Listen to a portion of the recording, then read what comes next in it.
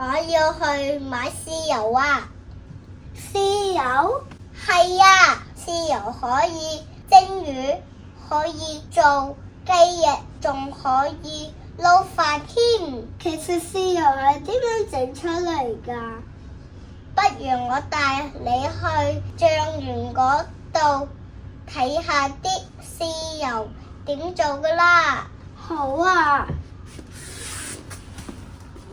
KCL TV 呈現手進古董醬園。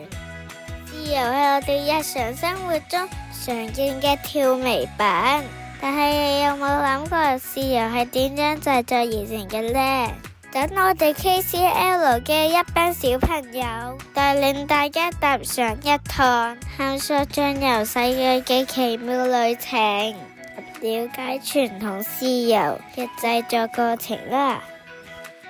港德龍醬園嘅盧先生話俾我哋知，雖然科學釀製嘅豉油可以每一日生產，但係手工豉油就需要7至9個月嘅時間。製作豉油嘅步驟一啲都唔簡單，首先要將黃豆放喺大鑊裏邊煮熟佢，然後同麵粉混合，跟住經過半年嘅日曬發酵，形成麵豉，跟住將麵豉加入麵水，再曬到1至2個月，最後先可以製作成生抽和豉油。我哋知道你講醬園可能會因為收地而遷出，但係我哋真係好想可以將傳統製作豉油嘅方法傳承落去，製造